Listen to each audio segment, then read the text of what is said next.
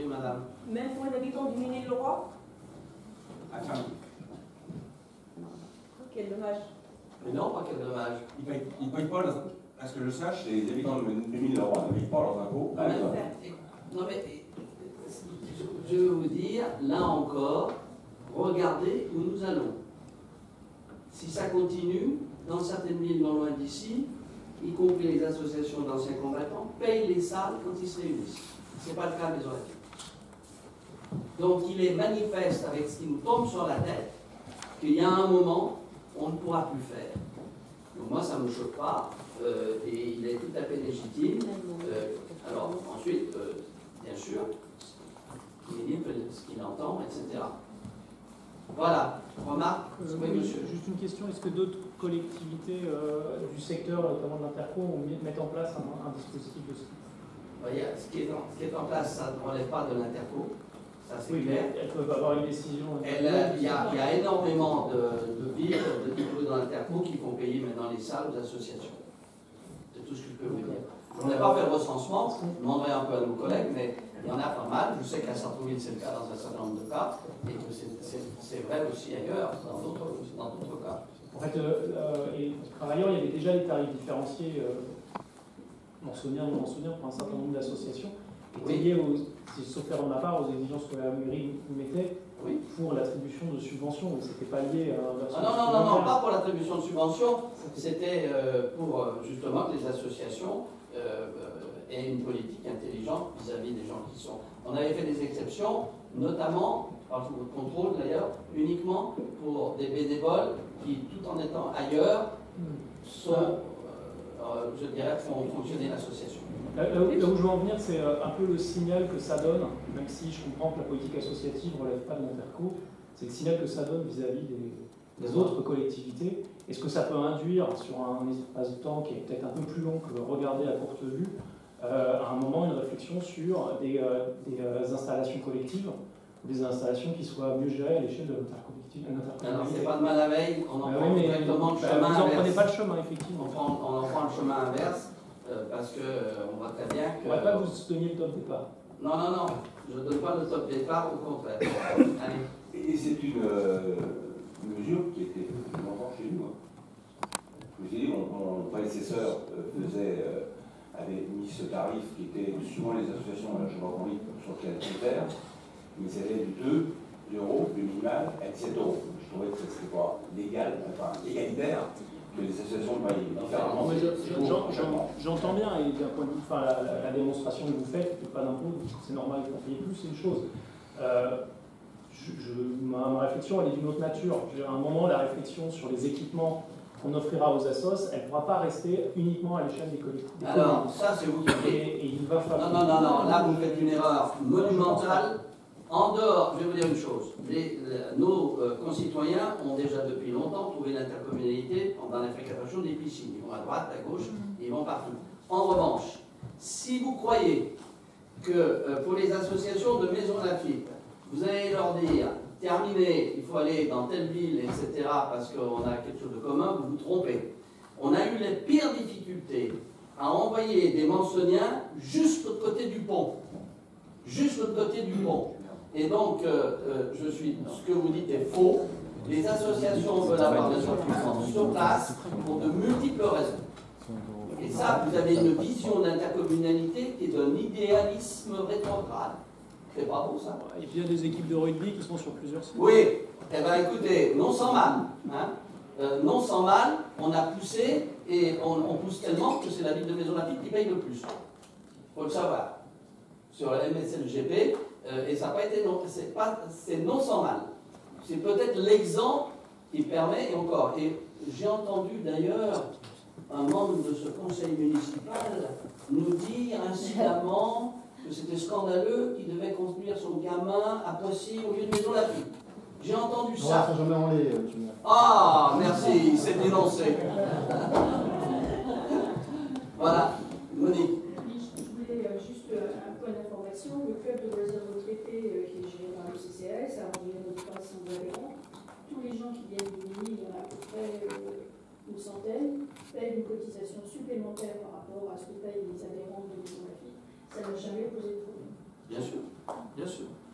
Et je rappelle, pour finir, que ce qu'a dit M. le maire tout à l'heure, nous ne faisons pas payer les salles aux associations et sportives de la ville, ce qui est contraire, enfin, ce qui n'est pas le cas dans d'autres villes qui font payer. Donc moi je fais payer que lorsqu'il y a une activité commerciale derrière. Voilà. Ça, c'est encore un problème délicat. Bien, pas d'objection. Madame, pardon. J'ai une question, juste une précision pour bien comprendre. À partir de quand va être effectif ce versement de 10 €, par exemple, pour des associations qui font payer une cotisation annuelle à partir de septembre 2017? Elles n'ont évidemment pas demandé à leurs adhérents ce supplément. Donc, juste pour bien comprendre, à partir de quand vous exigerez le versement aux associations, qu'elles s'organisent? Comme je l'ai expliqué tout à l'heure, j'ai peut-être pas été clair. C'est-à-dire que ce ne sera pas la saison 2017-2018. Comme je l'avais fait entériner en commission sport et qu'il y a déjà des associations qui ont demandé à leurs adhérents ces 10 € pour la saison qui vient de se terminer et qui ont préparé le chèque, je me vois mal aujourd'hui leur dire reprenez votre chèque et qu'ils disent à leur membre c'est compliqué. Donc si vous en êtes d'accord, pour celles qui ont demandé à leur membre ces 10 €, on va encaisser le chèque qu'ils nous ont déjà préparé. Et celles qui ne l'auraient pas encore oublié de le faire, ben, ça sera applicable que à partir de 2017-2018. Alors il faut attendre. Là, j'interviens parce qu'il faut être précis et éviter des emmerdements avec le comptable. Donc, oui, parce qu'il faut se méfier. Donc, il faut rajouter d'encaisser les chèques, d'encaisser les chèques émis par les associations pour les 2016-2017, si c'est ça, 2017, et ensuite, quatrièmement, ça devient obligatoire.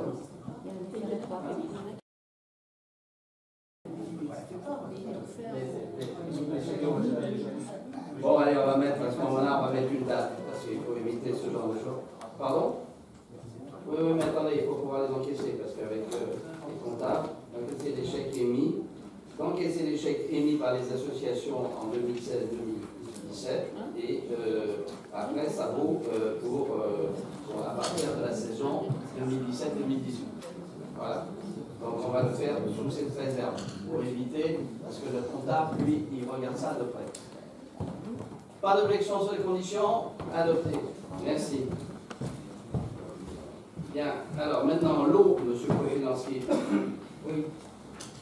Je vous demande d'accepter des prix nouveaux, donc par avenant dans le contrat avec la compagnie des eaux de Maison Lafitte, pour tenir compte des nouvelles obligations légales, notamment en matière d'amiante, parce que maintenant on est tenu, même en voirie, de s'occuper de l'amiante, et deuxièmement, de la délibération que nous avions prise il y a à peu près 1 an concernant les contrôles de conformité des réseaux.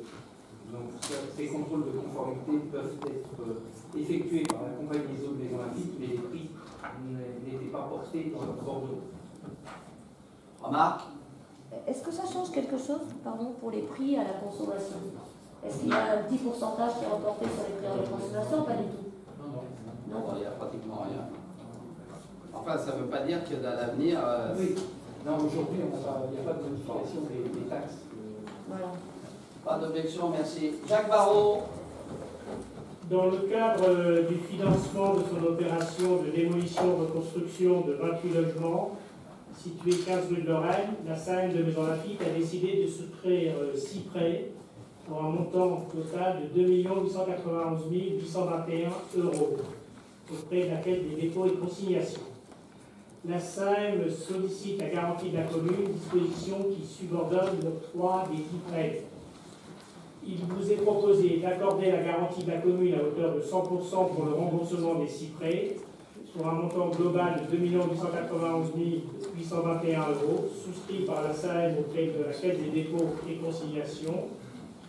La garantie de la collectivité est accordée pour la durée totale des prêts jusqu'au complet remboursement de ceux-ci et porte sur l'ensemble des sommes contractuellement dues par l'emprunteur dont il ne se serait pas acquitté à la date d'exigibilité. de s'engager pendant toute la durée des prêts à libérer en cas de besoin des ressources suffisantes pour couvrir les charges de ces prêts. Et enfin, je vous ai demandé d'autoriser Monsieur le maire à intervenir aux contrats de prêt qui seront passés entre la Caisse des dépôts et conciliation et l'emprunteur et à signer tout document correspondant. On a. Il y en a. Ah si, oui monsieur. Est-ce que le fait d'avoir ces engagements limite la capacité d'emprunt future de la ville? Non. C'est la SEM qui emprunte. C'est du hors-bilan.